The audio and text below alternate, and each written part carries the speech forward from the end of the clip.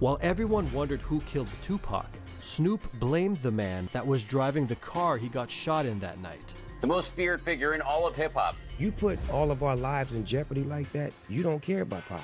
And confronted him face to face. Come up to my room, ain't gonna be nobody in there. Just me and you. This either the moment you gonna kill me, and we're gonna get some clarity in this air. But did Snoop Dogg know something was going to happen that night? The next day, when we turned on the news, all we seen was the yellow tape, and it just was all bad. Shakur was shot 4 times after leaving the Mike Tyson boxing match in Las Vegas in a car driven by Marion Suge Knight, head of his label, Death Row Records. So I jumped in my Hummer, and we drove to Vegas. Suge was at home. He was standing up, but he had like a patch up. His head was wrapped up. And he came and explained to us as far as what had happened. If anybody else is going to be implemented in this trial with P. Diddy, I really think that they're going to hold that until we see the trial date in May, because this is already hard enough for them to control. They got to try to keep it as quiet as possible. Now, mind you, P. Diddy has already asked for a gag order because he wants to be able to control the direction of what's communicated in his own way. If he lets certain things get out, it may mess him up tremendously. Everybody is on lockdown per se. And until this all comes to a head, we're going to see all kinds of ways that P. Diddy is going to try to continue to manipulate the situation that is beneficial to him.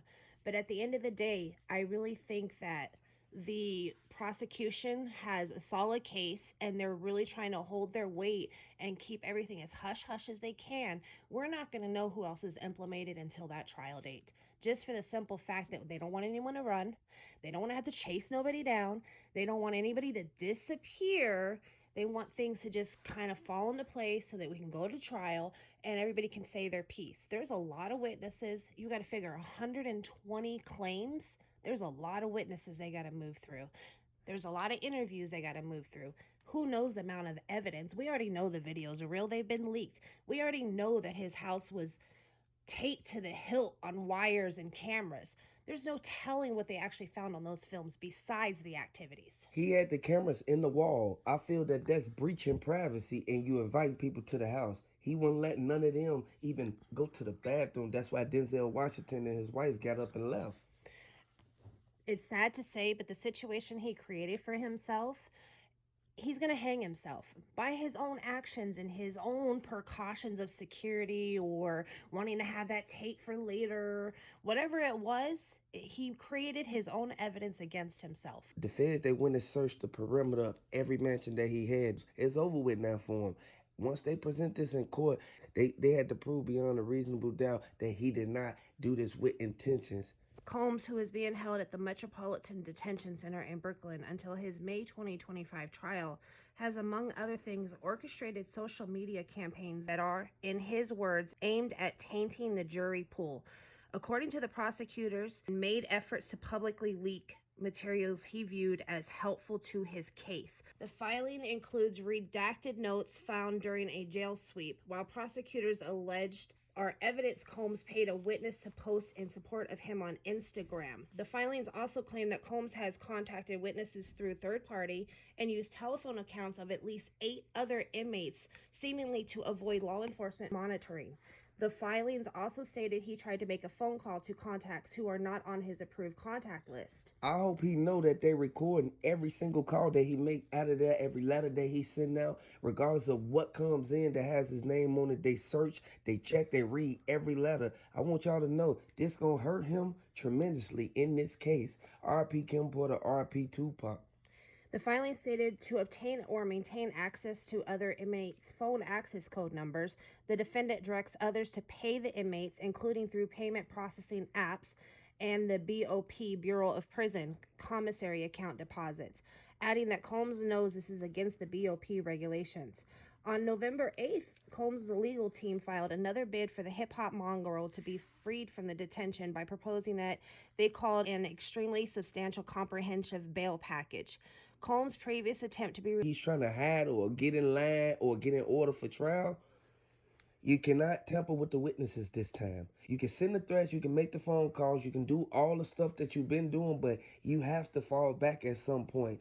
A lot of people lost their lives behind Diddy. Everybody knew what happened to Al B. Shore. Everybody knew the way that he treated Cassie. He thought that it wasn't going to get put out there. They leaked the whole video of him putting his hands on her. The Fed said that they got him on multiple charges. By the way that he abused Cassie on that footage, it goes to show what he did to all them other people. And Orlando Brown said he don't like what Diddy did. He said if you go to Diddy's house, you're going to have to party with Diddy. Regardless of what went on, a lot of people knew for a fact that T.D. Jakes was the main one telling Diddy he need to change his life years ago.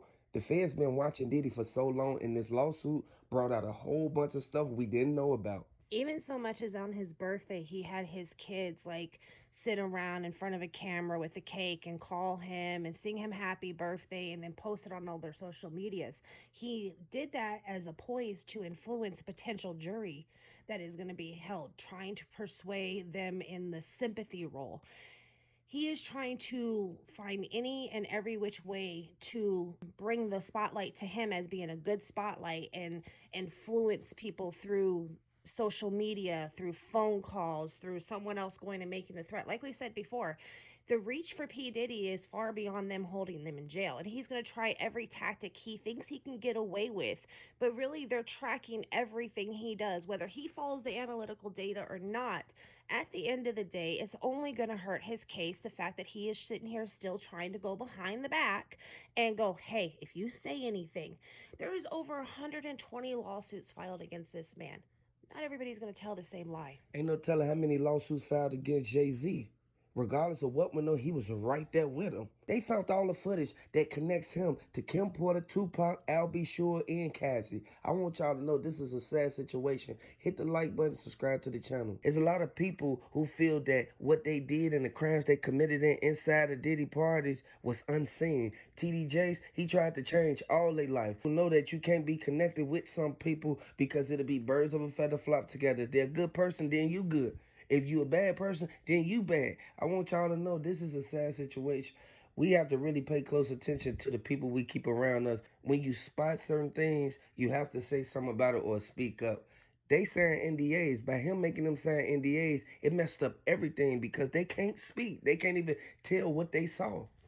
But NDA, when it comes to illegal actions, holds no weight.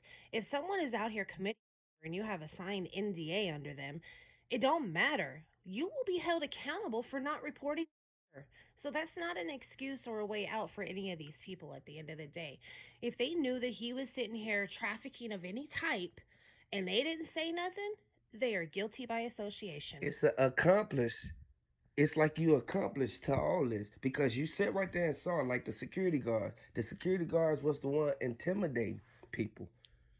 A lot of people knew for a fact the way that he had Wale on the balcony, we already knew for a fact that whatever Wale didn't do, Diddy sent them security guard right after him. That's why everybody who went to them parties, a lot of their names is on that list. And a lot of people wanted to wait to see if the list come out and it be people names, movie stars names, and people that we never expected. It came out, but we knew for a fact that these are the same people that's been with Diddy this whole time. Well, and the list is growing. They've released another list. That list is going to be longer than Epstein's list at the end of this. If you really think about it, there are so many people that are intertwined. And there are so many people that are on the hush, hush, keep it quiet, you don't know I was there, versus the people that we do know were there. I wouldn't be surprised if it wasn't a couple thousand people involved in this. Let me know if you're a fan of Young Miami. Let me know if you're a fan of Kim Porter. R.I.P. Tupac, R.I.P. Biggie, R.I.P. everybody who was lost behind this. I want y'all to know Young Miami just released everything. I want y'all to really pay close attention. Young Miami, she was the main one. She was right there. She saw everything that was in the safe. She saw everything that was inside of that file cabinet. And the Fed said that Diddy, he cooked now. He go to court on Monday. That's exactly when the trial started. I want y'all to know, Kim Porter, the footage from everything getting done, from the stuff getting dropped in her drink, it was all in the closet. I want y'all to know this is a sad situation, but Young Miami had everything on her iPhone. You know, there's a lot of twists and turns to this case, but one thing we know for facts is there's a lot of innocent women involved. Young Miami may be one of them. She was implemented by a woman who was filing a lawsuit on P. Diddy.